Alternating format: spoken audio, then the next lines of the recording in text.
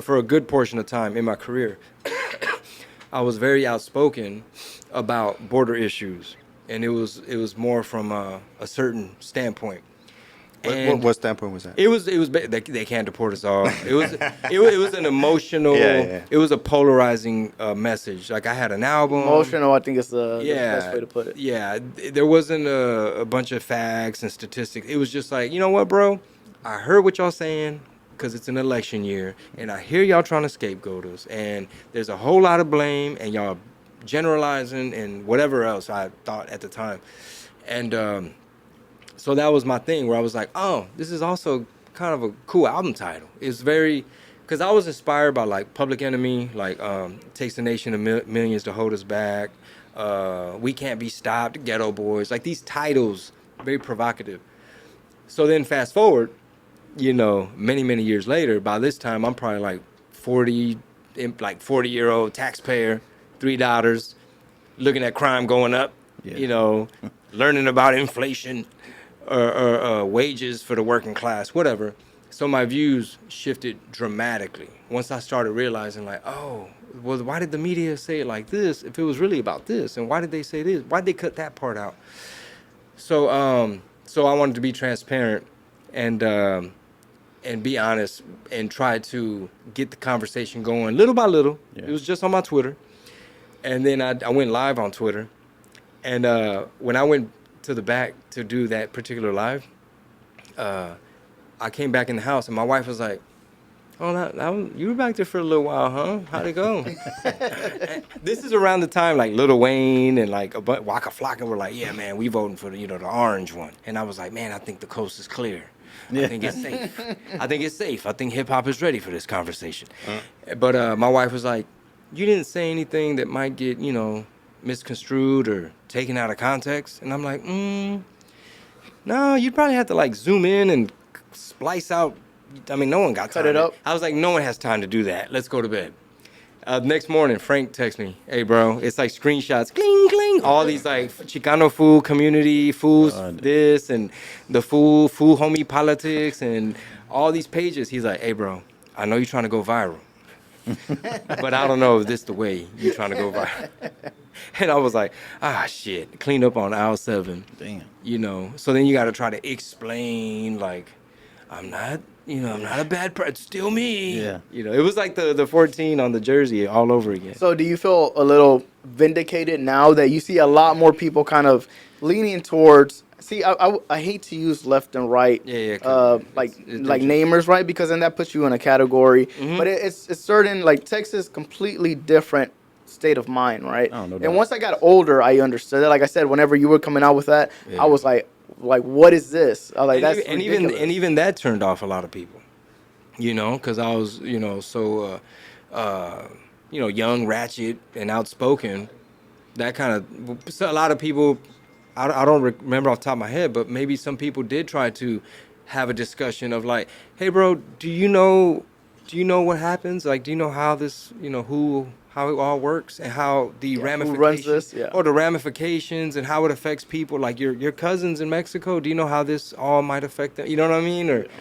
And I didn't have time. I don't care, dog. And it ends up, like, you're right. Like we said at the very beginning, it ends up being a lot more on the emotion side, right? And I think that has a lot to do with, especially with the younger people, like what's that saying, right? Like whenever you're young, if you're not a liberal, then you don't have a heart. And then whenever you're old, if you're not like right, you don't have a brain, right? So now that you're older, do you feel like that was the right path to kind of you take? Especially now, do you still hold those same values whenever you first starting to do that switch? Are you more towards the right side, or are you still like? I'm starting. It's like you go from red pill to black pill. Like I'm starting to, some of the stuff you're breaking down, in terms of like the labels don't really mean anything. Yeah. Like the letter behind the politics, that don't mean anything. The parties don't mean anything because they got good and bad in both, and a lot of times the bad is working together. Mm-hmm. Behind the scenes to screw over us.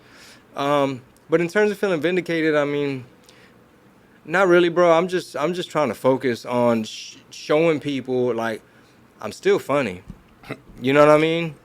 You come to the show, it's not all, I'm not preaching to you. Like, it's going to be, like, I really take the comedy craft, like, I really I love it. I just made 9 years. This year in August will be my 10th year, and I got into comedy because Frank, my buddy Frank, we keep shouting him out. He's played a pivotal part in my career in several iterations and several chapters. Saved my ass several times. And he happened to be, like, I had attempted to do stand-up at one point, like just hosting, and I bombed terribly, and it was a scary experience. So I was like afraid of it. And Frank was putting together some comedy shows, Laugh Out Loud comedy tour, selling tickets, producing events, and I was like, man, that stand-up stuff is hard, bro. But if you let me practice, bro, I'd love to be a part of the show. And that's kind of how I started kind of dipping my toe in the game. Yeah, it's all about just repetition, getting you out there, getting you comfortable. So yeah, it's a big part of it for sure. What do you use like for inspiration whenever like you're starting a new tour, like to concentrate and get like content to present or Yeah, new material. Yes, new materials. My family, like my kids, my wife, my dad, my babysitter. You know what I mean? Like my antennas are kind of open to when something funny happens. You just make anything situation funny. Bring out the funny. So you pull from your actual real life stories, right, from yourself. So you're talking about you've upset people before, right?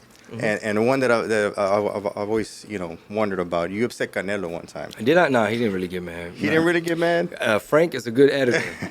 Frank is such a good editor that he persuaded people. He did a magic trick where he basically took footage of Canelo and his camp being mad about like Floyd or somebody who was a boxer. So he's such a really good editor. That's one of the first skills I noticed in Frank, where I saw a DVD he was selling that I was on. I remember that one. Some stage, but I didn't really know him. He happened to get footage from my show. It was like a variety thing. Anyway, the Canelo thing, he spliced together Canelo and his team, like, habla mucho or whatever, saying about a boxer, and Frank cut it to where I don't know how he did the magic, but he like put my video in the hand with an iPad, cut back to, and it created this visual of like, yo, Canelo's mad at Chingo. I thought he was mad. I was like, great dude, Hollywood magic on you. Because I heard that dude has a bad temper. I was like, man, dude, imagine Canelo being mad at you, bro. Run into him and yeah. Chingo said that, nah, bro, you gotta check in with me before you visit Houston. So people got to check in with you before they come here, man. Canelo got to check in. Yeah. Canelo does. Nah. Have you ever met him before or anything like that? No, that's Big Cinnamon, bro. Yeah, Much Big respect. Cinnamon, yeah. Much respect to Big Cinnamon. No, I never met him. No. I went to a few fights. Went to the weigh-in in Vegas recently because I'm very happy to announce that your boy, representing H-Town, Let's go. got booked. No, I'm talking about out there in Vegas. Let's go. Let's go. With Tiffany Haddish. Oh, wow. Okay. Michael Blackson, Paul Rodriguez. go. Big Boys Neighborhood, all them people. So, and I did my thing too because, it was a diverse crowd. And my wife was a little nervous. She was just like, when I got off, she's like, I ain't gonna lie. I didn't know how you were gonna do in front of this crowd. But I did my part. They had an after party in the casino, the Vegas thing, and the hotel. And a lot of people after the show, like, hey, yeah, man, hey, you were good. Hey, you funny. You know what I mean? And Showing you love. yeah, want to take pictures and talk and stuff. And they didn't really know who I was. They were probably there to see. Now that we come back to the comedy side, right? How do you feel about this? I'm pretty sure you've seen it. It's been all over the internet, even if you haven't seen the full interview, right? How do you feel about Cat Williams on Club Shay Shay? Ooh. Do you feel like that was just bravado, or do you think a lot of what he was saying was actually realistic? Well, in terms of what he said, was it all super factual and the truth?